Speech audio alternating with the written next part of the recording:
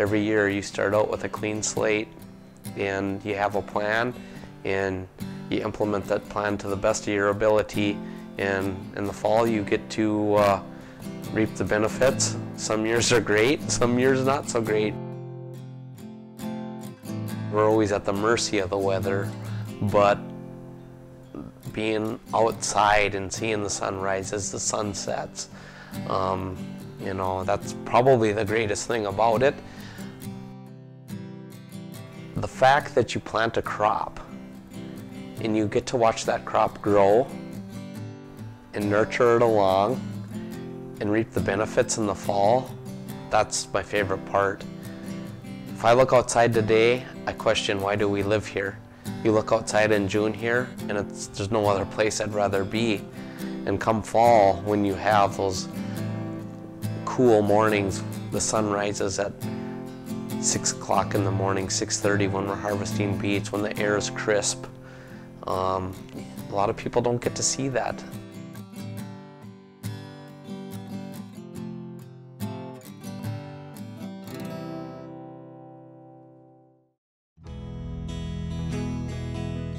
According to the family lore that I heard plenty of times, she was from the St. Louis area. Rich had a friend down there that he went down to visit in the wintertime, and this friend had a lady friend staying at the same house that Audrey was staying at. And apparently Rich met Audrey, saw her, but Audrey had another friend at the time, so Rich intercepted a phone call, told this individual that she had to leave town for a few days and she wouldn't be around. Theirs was more the old style relationship where the wife took care of the house and the man made the money. Her part, it was always being involved in the farm. She did the book work of the farm.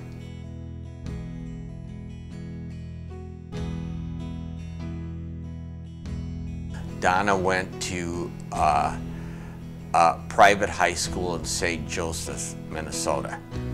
She was with one of her friends to a dance in Breckenridge the summer of '67, and I was with my friends the summer of '67, and by the end of the night we had met.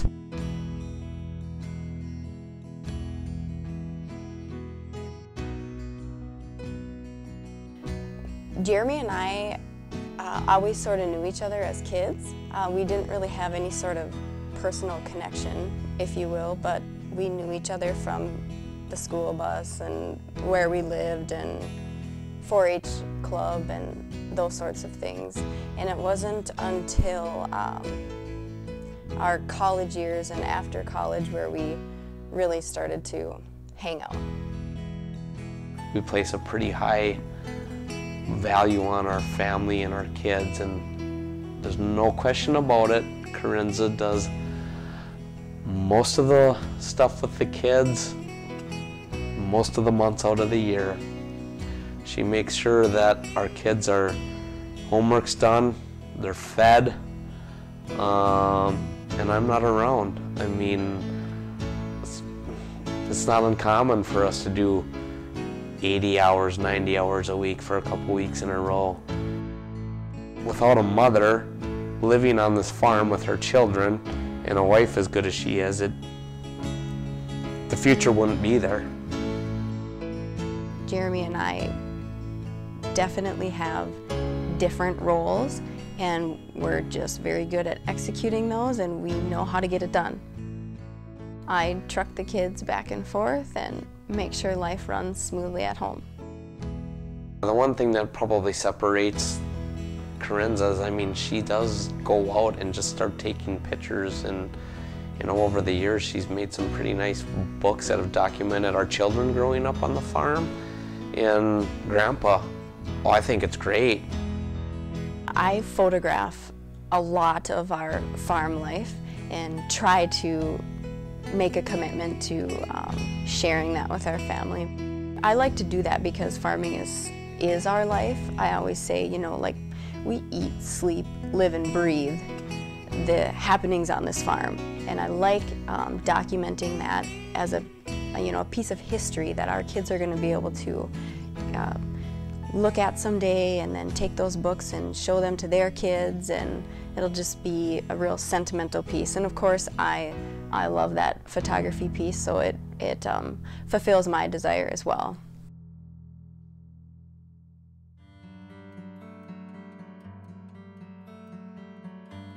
Richard was in World War II, got back to the Dakotas and Minnesota when maybe he was 24, 25, somewhere in there, was farming a little bit with his dad in the Colfax area, decided that he wanted to branch out on his own, so with the help of his father, he bought the farm out here in Wilkin County, which was a swamp. It was slightly farmed, a little bit broken up here and there. The people that lived on the land before had a lot of cattle. This is a scale model of the tractor that opened up the farm in the late 40s. My father-in-law, Richard Kruse Sr., he participated in a lottery to get scarce equipment, and he won the lottery and got the right to buy it. He came out here after buying this tractor, and in the next 10 to 15 years put a system of ditches that is still very much the drainage on our farm yet today. He had a person that worked for him. His name was Doc Williamson, and he worked for my father-in-law for this farm for about 50 years. But in his younger day, he was a person that ran that tractor, and he would spend hour after hour out there. It's just amazing. In an open cab, actually would be out there in November like it is today, pushing dirt if it wasn't completely froze down. He probably put in close to 45 miles of ditches on our farm, and each ditch would take 3 weeks to a month. We started moving dirt with a scraper, and he was the first one to use the laser. The little story is he thought we were crazy to buy it, that we give him some guidance on how to put the ditch in, and within a week he adapted to it and wondered why we hadn't invested in it a couple of years earlier.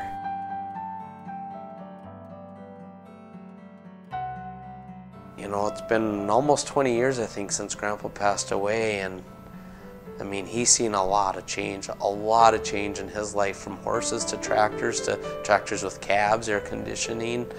Technology is everywhere. You know, the seed that we buy has got a lot of science and traits in it that, you know, they weren't available 20, 30 years ago. You know, that's why we can raise 30-plus ton sugar beets or 200 bushel corn. I mean, 200 bushel corn 50 years ago, that was probably 4 corn crops. You know, our cropping rotation has changed because of science, because of technology, but also our equipment and the sort of technologies that we're become accustomed to, that I almost can't imagine farming without them.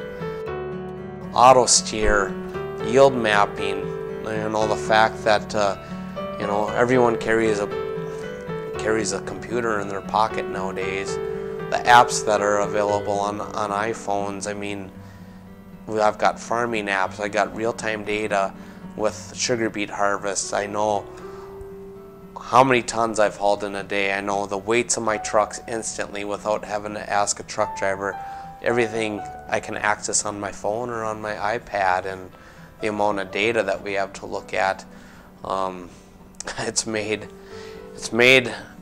what used to be once the hardest part of farming now the easiest part of farming.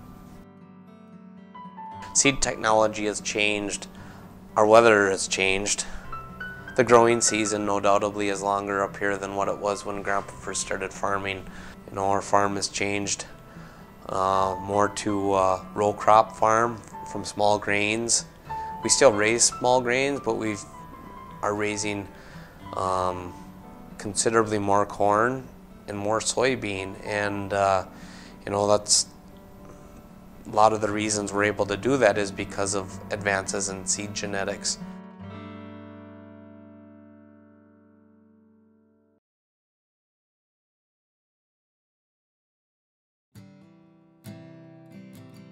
This shovel was one of the shovels used in the breaking of the ground for the construction of the Mid-Deck Farmers Co-op sugar beet refinery.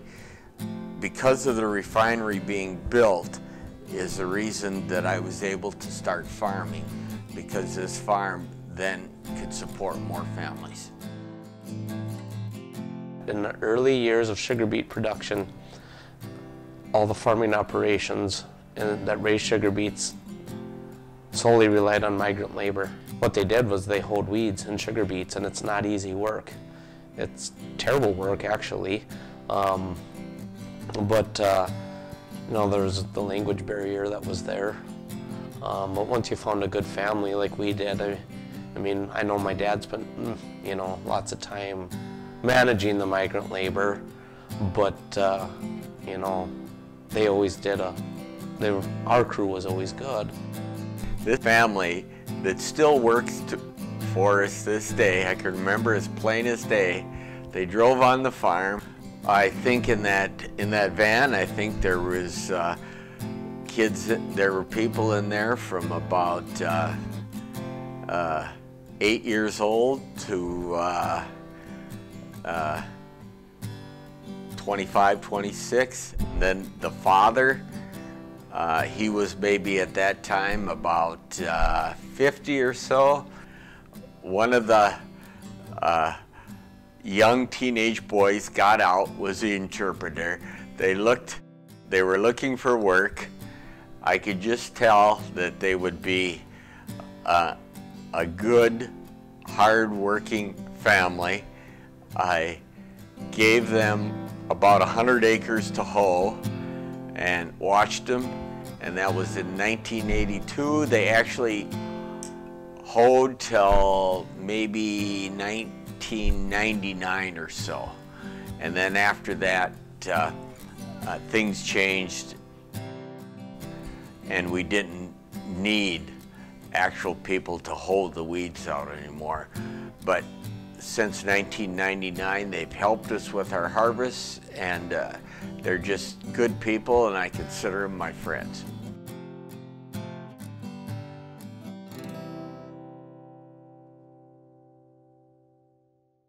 Through the early 90s, we sprayed a lot of chemical. Like, I sprayed every day, it seemed like. We band sprayed sugar beets, and you'd no more and get done, and you'd have to turn around and go back. We started raising GMO sugar beets in 2008. Half of our farm was GMO sugar beets for the first time. 2009, 100% of our sugar beet acres went to Roundup Ready sugar beets, which are glyphosate resistant, which means we use a lot less chemical, a pesticide that is not as toxic, and we no longer had the need for the migrant labor to walk up and down the fields and manually weed our crop. Instead of paying the migrant laborers, we are now paying a technology fee to Monsanto for their genetics. Because of the fact that we are raising GMO beets, we are able to make less trips across our field, do things more efficiently, not as much chemical use. We don't cultivate anymore. If my grandpa was still alive, he would, I don't know what he would say about the size of the crops that we are harvesting now.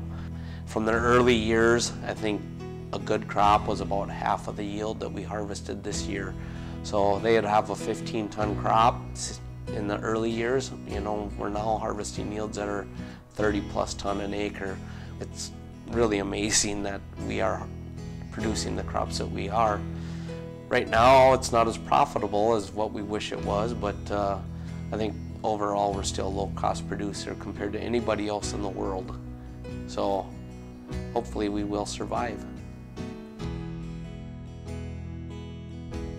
Grandpa Kruse started farming out here, and then my uncle Rich Kruse Jr., my father Doug, who the two of them were partners. They retired in after 2011. My cousin Eric Kruse, myself, Mitch and a family friend, Russell Henderson, helps us basically during the growing season. We do have some extra labor for fall, especially. From year to year, that labor changes a little bit, the names of people, but you know, the main core of this farming operation and the people who eat off of this farm has not changed. And well, it hasn't probably changed since Eric and I came.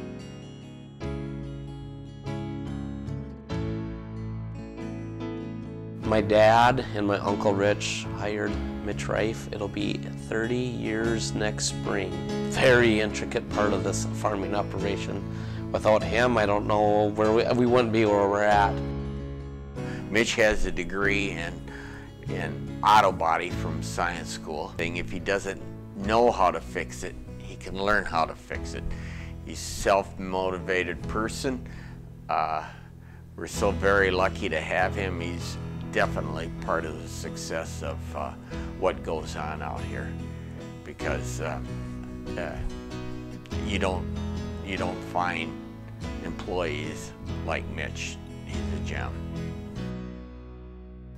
On the farm, the first thing that you need is somebody that can fix something, and somebody that's reliable, and he's been all of that. He's got 30 years vested here, and it's really, I mean, it's quite amazing to have help as good as Mitch.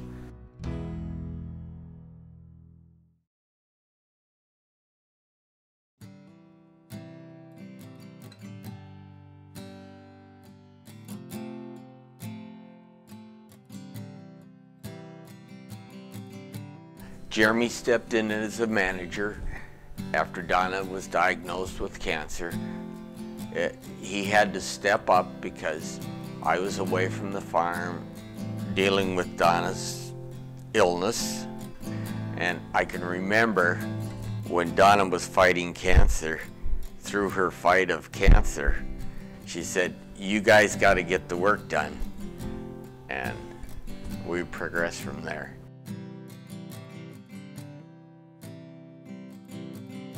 You know, the one thing that I like to pay tribute to my mom, I would say there's no way that you can ever pay your parents back, mom or dad, without passing it on to the next generation. So, you know, I love my mom and dad. I miss my mom, and I miss the fact that she never got to see Sydney.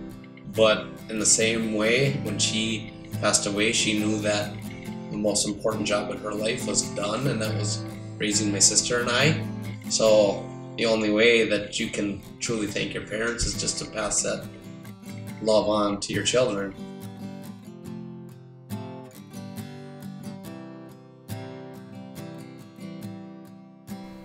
The greatest satisfaction that I have in life right now, watching my children be successful and like what they're doing. And then the added little thing is to watch Hayden follow in the footsteps of his dad.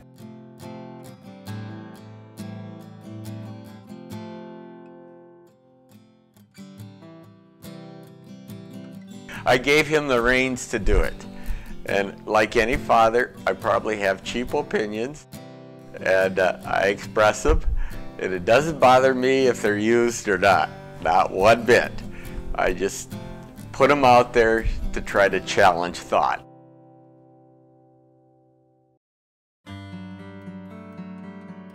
As a kid, when you come home and you see the tractors, the activity around the yard, it would intrigue just about any kid. I was the same way. I was raised in this house on this farm, given the opportunity to be where I'm at was a blessing from my mom and dad. They did not hold me back from, or push me away necessarily from my desire for ag, for the farm. The highlight of the year was me slowing down enough to take the time to let Hayden get involved. I think he was 8 years old. He said, "Dad, I want to run the grain cart." And I said, "Well, when you're 10 years old, you can run the grain cart."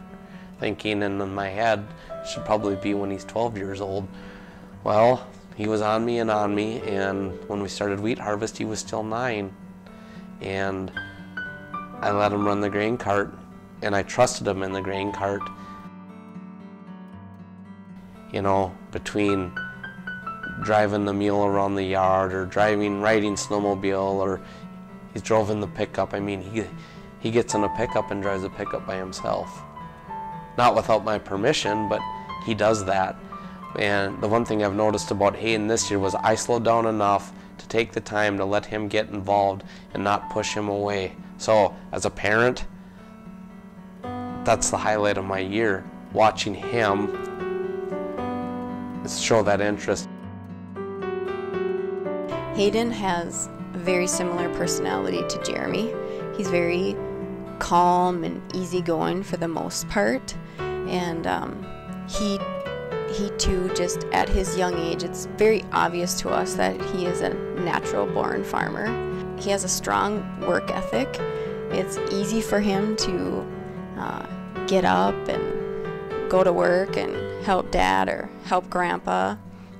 If there's farming involved, it's pretty easy for him to get excited.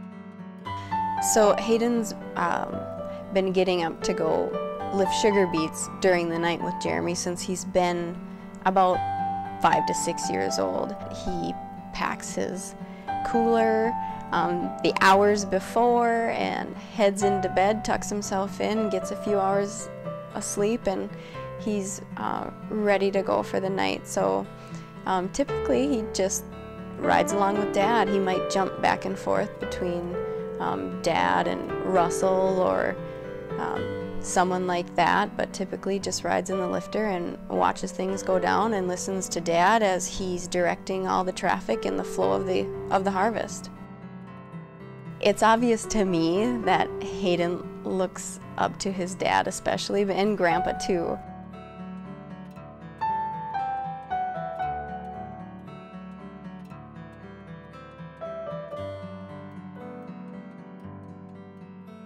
My daughter she's a peach, and she likes to be around the farm. Hopefully someday, that she'll still like to come and hang out with her dad. If she comes to the field, usually it's a lunch. You gotta pack a lunchbox if you're going to the field. She usually will talk your ear off, but both of the kids, it's all about what's in the lunchbox. You gotta have food, you gotta have snacks, and then a lot of times Sydney, she'll bring, a coloring book, or she'll want to play a game or something, and while she's out hanging out with me in a tractor or with Grandpa.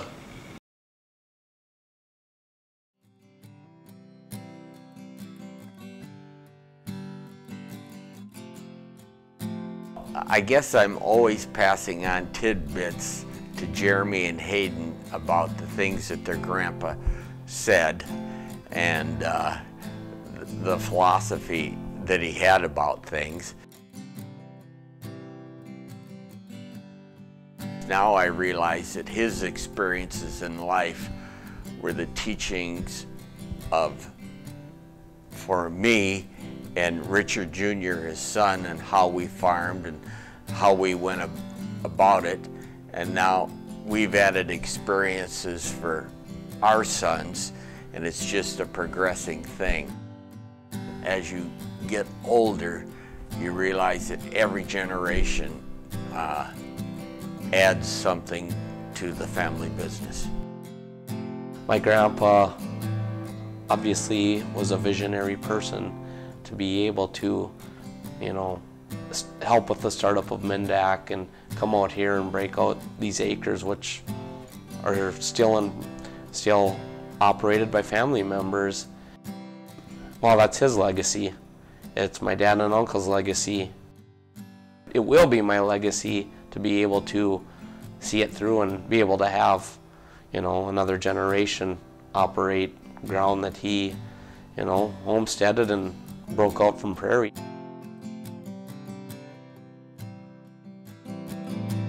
Going back and tying this in a life, in a farming and a family business, it's all intertwined together. And that's the beauty of agriculture.